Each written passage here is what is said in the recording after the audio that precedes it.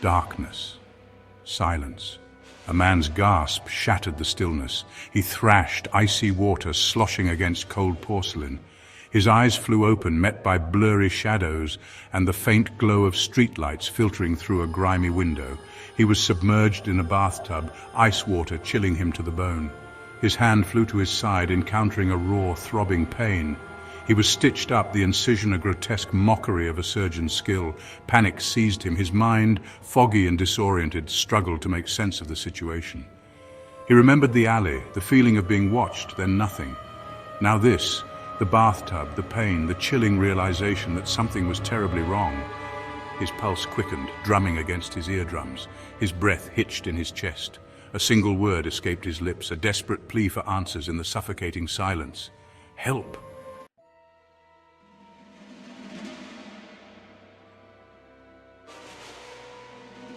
He lurched forward, the room tilting precariously.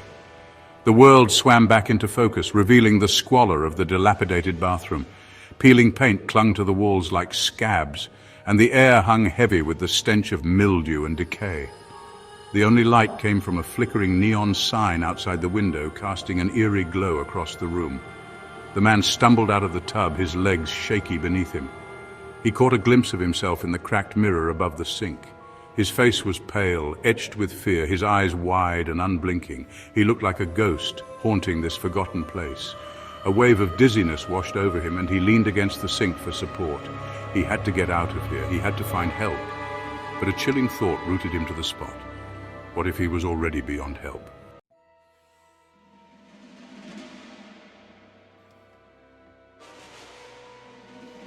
A low hum vibrated in the air, barely audible at first. He paused, straining to identify the sound. It wasn't the plumbing, nor the groan of the old building. This was something different, something sinister. As he listened closer, the hum morphed into a whisper, faint and ethereal. "Don't trust," the voice whispered, the words fragmented and chilling. His head snapped towards the source, but the bathroom was empty. He was alone, or was he? The whispers grew louder, multiplying, swirling around him like a chorus of the damned. Terror constricted his throat. These were not the voices of the living. They seeped from the very walls, filled with an unspeakable anguish that sent shivers down his spine. They spoke of unimaginable pain, of stolen lives, of a darkness that consumed everything in its path.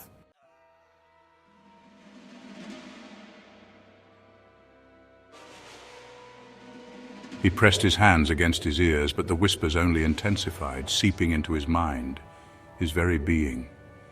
They told tales of terror, of victims snatched from the shadows, their lives extinguished like flickering candles.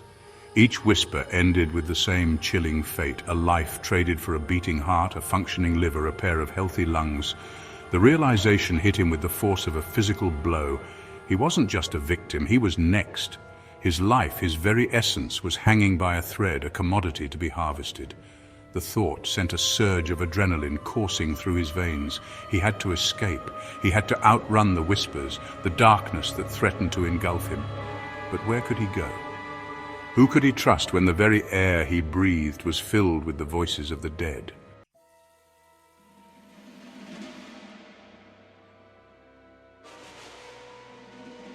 He sank to the cold tile floor, the whispers swirling around him, each one a sliver of a nightmare. He tried to block them out, to make sense of the impossible, but the voices were relentless, their icy grip tightening around his sanity. One voice rose above the others, clearer, closer, its tone laced with a chilling familiarity. "They took my heart," the voice whispered, each word a sharp shard of ice piercing his soul. "They ripped it from my chest while I was still alive. The pain, unbearable." The voice trembled, a chilling echo of the agony it described. He squeezed his eyes shut, willing the voices away. This couldn't be real. It was a nightmare, a hallucination brought on by blood loss or shock. But deep down, a terrifying certainty began to take root. These voices were real, and they were trying to warn him.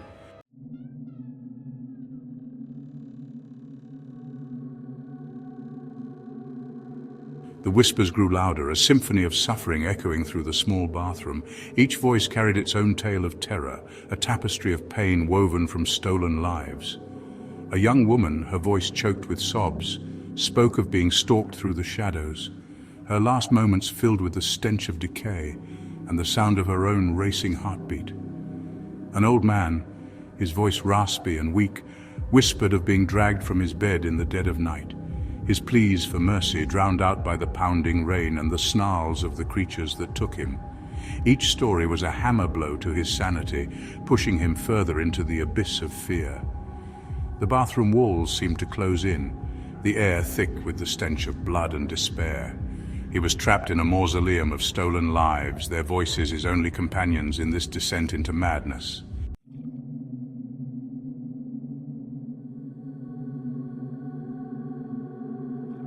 "They drained me," a voice rasped, its tone devoid of emotion, as hollow as an empty grave. "They took everything, my blood, my life, leaving me an empty shell." A chilling image flashed in his mind, a pale, lifeless body sprawled on a cold floor, 2 puncture marks on its neck, the only indication of the horror that had transpired. He remembered the icy water, the feeling of his own blood, thin and watery, swirling around him in the tub. Had they drained him too? Were they waiting for him to weaken, to become another voiceless victim in their gruesome game? The voice continued, its words like venom seeping into his soul. They discard what they don't need. They leave their victims to rot, to become nothing more than whispers in the dark.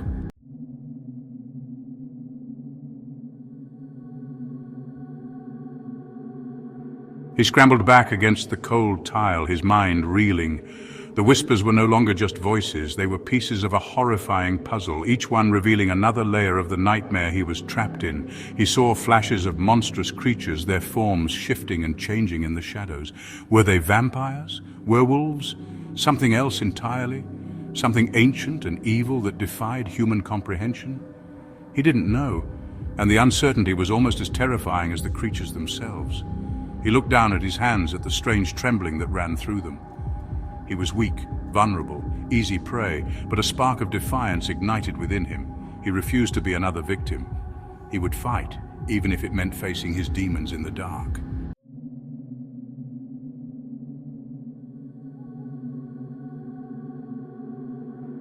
"They're coming for you," a voice whispered, its tone urgent, laced with a desperate warning. "You're marked now. They can smell your fear." He could almost feel their presence, cold and predatory, lurking just beyond the veil of darkness that surrounded him. He knew he couldn't stay here. The bathroom was a tomb, and he was next in line for the slab. He had to find a way out, a way to escape the nightmare that had become his reality. He had to warn someone, to tell them what was happening in this city of shadows. But who would believe him? Who would believe that monsters walked among them, their hunger masked by the darkness, their crimes hidden in the whispers of the dead?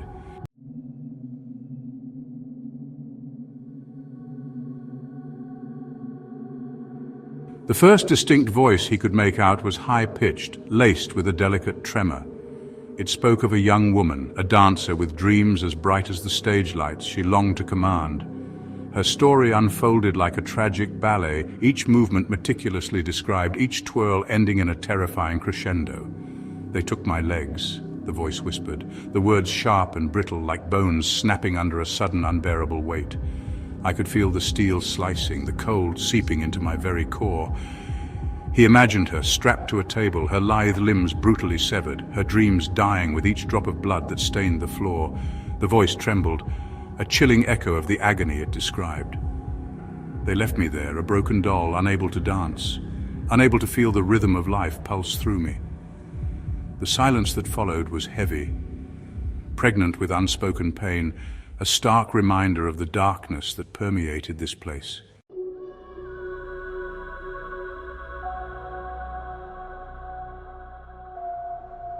Section 2.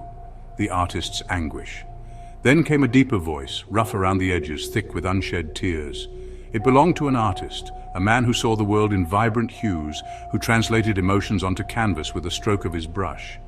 His story was a masterpiece of suffering, each brushstroke a testament to the horrors he had endured. "They stole my eyes," the voice rasped, each word a tortured breath. "They plunged their instruments into my sockets, ripping away my sight, my ability to capture the beauty of the world. The man in the bathtub shuddered, picturing the artist's world reduced to an impenetrable darkness, his canvases forever blank. They craved my vision, the voice continued, a chilling mix of pain and resignation. They wanted to see the world through my eyes, to experience the vibrancy of colors I alone could perceive. But the monsters, he knew, were blind to true beauty, their souls as empty as the canvases they left behind.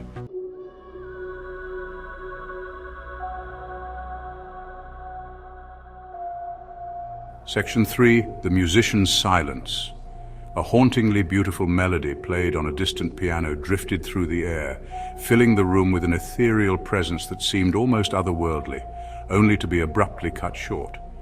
It was the musician, a young man whose soul sang through his fingertips, each note a testament to his passion and pain, his music a symphony of emotions that touched the very core of those who listened. They took my hands, the voice whispered, a tremor of sorrow and anger in its tone. The melody replaced with a chilling silence. My fingers, my tools of creation, were deemed worthy of their grotesque harvest. The man in the bathtub imagined the musician's raw, bleeding stumps, a vision that haunted his every waking moment, the agony of phantom sensations, a cruel reminder of what was lost, the deafening silence where music once flowed. They sought to steal my gift, the voice continued, a gift that was never theirs to take. A faint tremor running through the words. They believed that by taking my hands they could claim the power of my music as their own. But music, he knew, sprang from the soul, an essence that could never be captured by mere physical means, not from the dexterity of fingers. The monsters, in their greed, had taken only flesh and bone, leaving behind the true source of his art, leaving behind a void they could never hope to fill, a silence that echoed with the memory of what once was.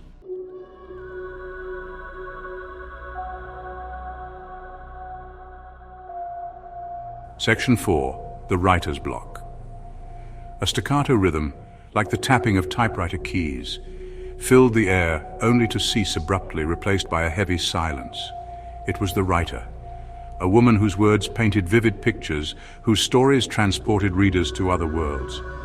Her tale was a chilling narrative, each sentence a testament to the power of words and the horror of their absence. They stole my voice, the whisper rasped, the words heavy with unshed tears. They cut out my tongue, silencing the stories that flowed from my mind to my fingertips. The man in the bathtub recoiled, imagining the writer's world reduced to a silent prison, her thoughts trapped behind a wall of pain and fear.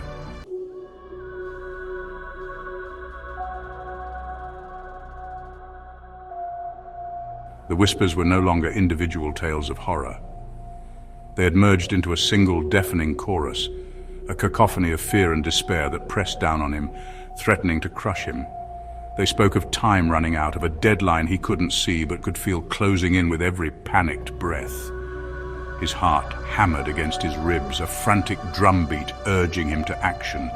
The surgical scar on his side throbbed in sync with his pulse, a constant reminder of his vulnerability, of the precious thing that had been stolen, of the even more precious thing they still sought. His life. He had to get out. Now, this bathroom, this building, this entire city block felt like a giant living organism closing in on him, ready to digest him into its depths, adding his voice to the chorus of the damned.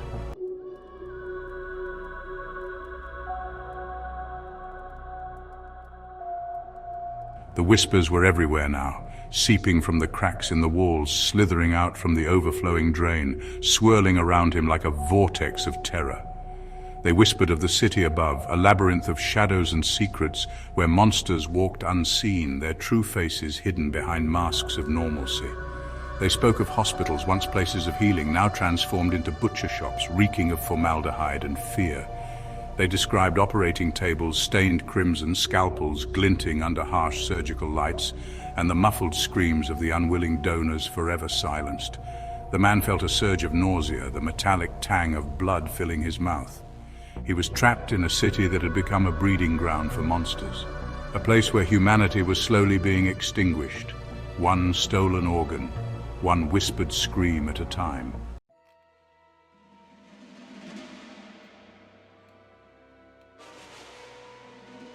He pushed himself to his feet, ignoring the dizziness that threatened to pull him back down. He had to move. He had to find a way out before the darkness swallowed him whole. His eyes darted around the small bathroom, searching for any possible escape route, any sign of a weapon, anything that could help him fight back against the unseen terror that surrounded him. The doorknob felt icy cold against his trembling hand. He hesitated for a moment. His mind flooded with images of the horrors that awaited him on the other side. But the whispers, those damn whispers, urged him forward, reminding him that staying here was not an option. He took a deep breath, steeling himself for the unknown. He had to believe that somewhere out there in the heart of this city of whispers, there was still a flicker of hope, a chance for survival, a way to silence the voices that haunted him.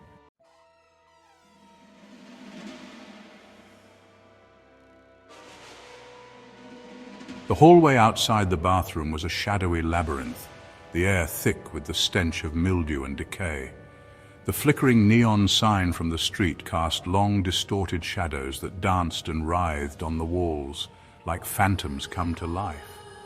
The silence was almost as unnerving as the whispers, broken only by the sound of his own ragged breathing and the distant dripping of water. He could still hear them, the whispers.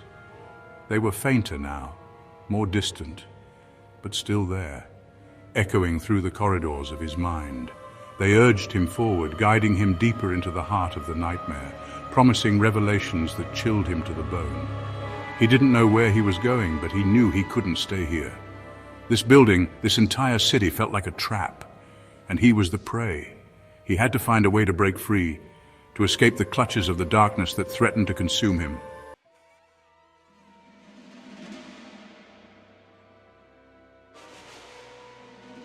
As he reached for the doorknob, a sound cut through the silence, a sound so unexpected, so incongruous with the nightmare he was trapped in, that it stopped him dead in his tracks. It was the sound of music, faint but unmistakable. A melody played on a piano, the notes hesitant at first as if testing the silence, then growing stronger, more confident, a beacon of hope in the suffocating darkness. He had to find the source of that music. It was his only hope, his only guide in this labyrinth of shadows and fear. He had to believe that where there was music, there was still a spark of humanity left, a chance for survival, a way to fight back against the monsters that hunted in the dark.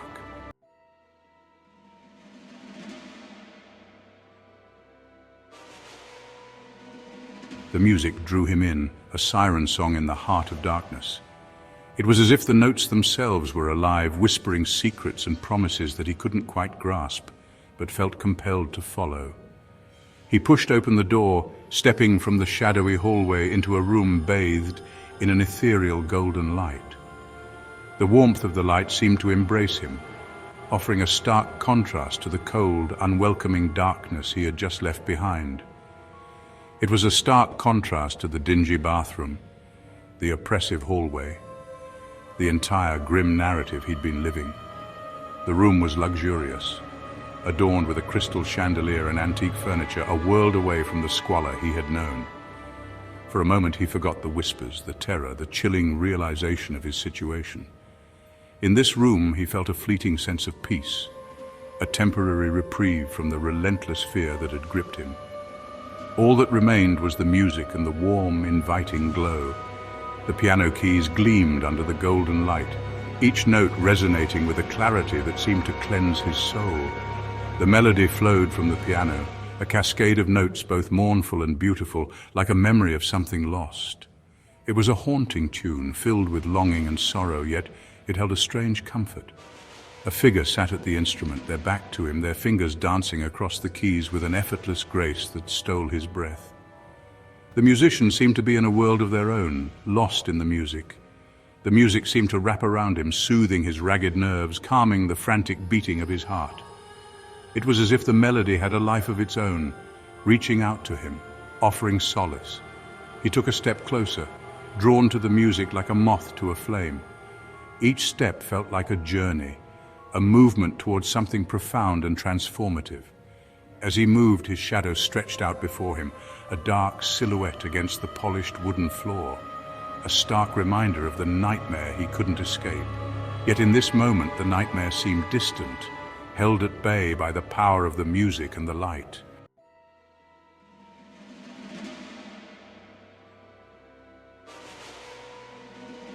The figure at the piano continued to play, oblivious to his presence, or were they? He couldn't shake the feeling that he was being watched, that this entire scene, this beautiful, haunting melody, was nothing more than a carefully constructed illusion, a spiderweb spun to lure him in. He took another step, his hand instinctively reaching out to touch the figure's shoulder, to break the spell, to demand answers. But as he did, the music stopped abruptly, the silence that followed as sharp and deafening as a scream. The figure at the piano slowly turned, their face hidden in shadow. "Beautiful, isn't it?" a voice rasped, the words slithering through the silence like venom. The music, the light, the illusion of peace. The figure rose from the piano bench, stepping into the light, and for the first time he saw their face.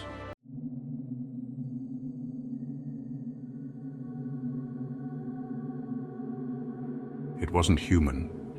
The face that stared back at him was a grotesque mockery of human features, a patchwork of stolen flesh and bone stretched taut over a frame that radiated an unnatural strength. The eyes, though, those were what chilled him to the core. They were the eyes of a predator, cold, calculating, and devoid of any trace of empathy. Claws sharp as shards of glass glinted in the golden light, extending from fingertips that moments ago had danced across the piano keys with such haunting grace. The creature before him was a masterpiece of deception, a wolf in sheep's clothing, its beauty a lure, its music a siren song leading to a gruesome demise. Terror, primal and instinctive, surged through him, urging him to turn and run, to flee back into the darkness he had just escaped. But his legs felt rooted to the spot, his body frozen in place by a fear so profound it bordered on paralysis.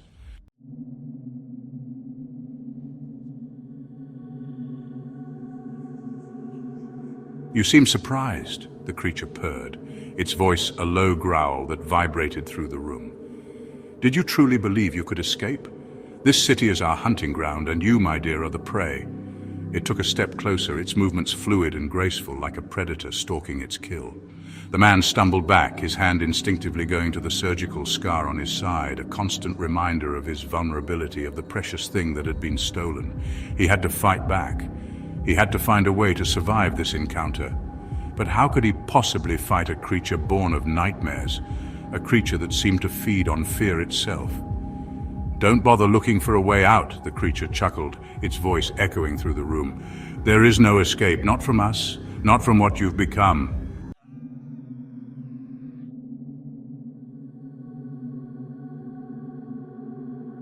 The words struck him like a physical blow. What did it mean? What had he become?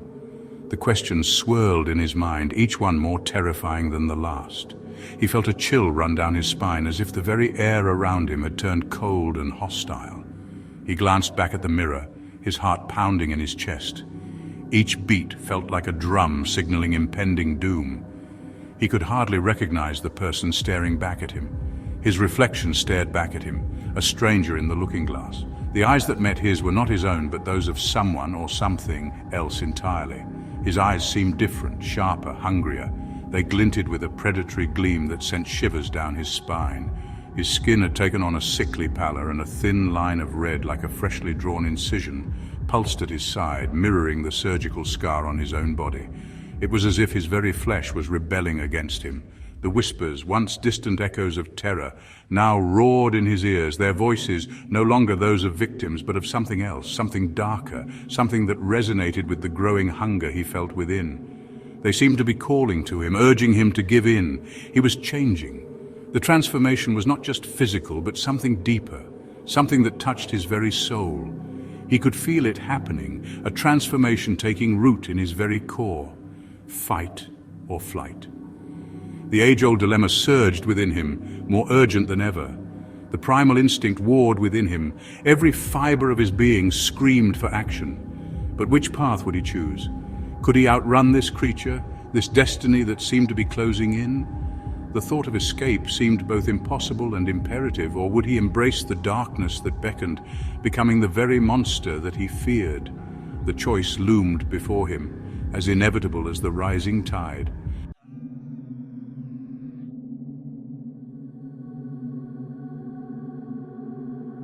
A primal scream erupted from his throat, a raw, guttural sound that shattered the illusion of elegance that had cloaked the room. It was the sound of his humanity tearing, the last gasp of the man he had been, the birth cry of the monster he was becoming. The creature before him, the hunter, merely smiled, a slow, predatory stretching of its lips that revealed rows of needle-sharp teeth. The hunger was a living thing inside him now, a ravenous beast demanding to be fed. He could feel his senses sharpening, his vision blurring at the edges as his pupils dilated, taking in the subtle shifts in light and shadow, the faintest scent of blood and fear emanating from the creature before him. The creature took a step back, its smile never faltering. "Yes," it hissed, its voice a sibilant whisper that cut through the man's roar. "Embrace it. Become what you were meant to be. Join us in the feast."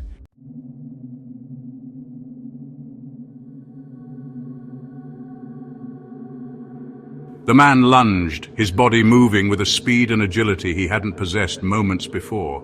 The transformation, whatever it was, had amplified his strength, his reflexes, turning him into a predator as deadly as the creature he faced. But the creature was ready for him. It moved with a grace that belied its monstrous form, sidestepping the man's attack with ease. He slammed into the wall, the impact jarring him to his core. But the pain was dulled, muted by the adrenaline coursing through his veins, the primal urge to survive, to hunt, to feed. He could hear the creature's laughter echoing through the room, a mocking counterpoint to the roaring in his ears. He had to end this, now. He couldn't fight it any longer, this transformation, this hunger that threatened to consume him.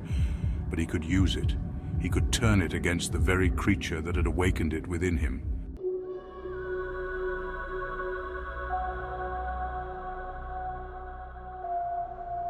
He didn't remember making the decision. It was more like an instinct, a primal urge that bypassed thought and went straight for the jugular. He became a whirlwind of motion, a predator unleashed, his newfound speed and agility catching the creature off guard. They battled through the luxurious room, crashing through furniture, their roars and snarls echoing off the walls.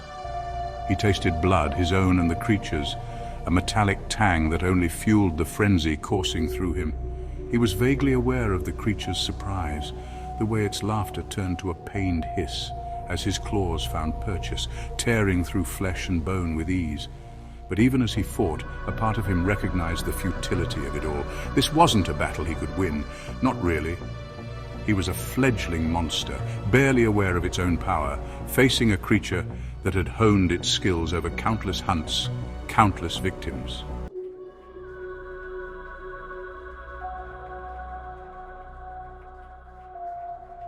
He used the creature's momentary shock to his advantage, channeling every ounce of strength he possessed into one final desperate blow.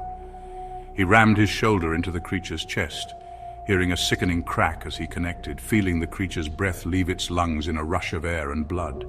They crashed through the window, a shower of shattered glass, and tumbled into the alley below. The man landed hard, the impact driving the air from his lungs. He lay there for a moment, stunned, his ears ringing, the taste of blood filling his mouth. He slowly pushed himself up, his vision swimming. He looked around, disoriented. The alley was empty, the creature gone. Had he imagined it all? Had the transformation, the fight, been nothing more than a hallucination brought on by blood loss and terror? He flexes his fingers, staring at the blood staining his skin, the remnants of his transformation. It had not been a dream.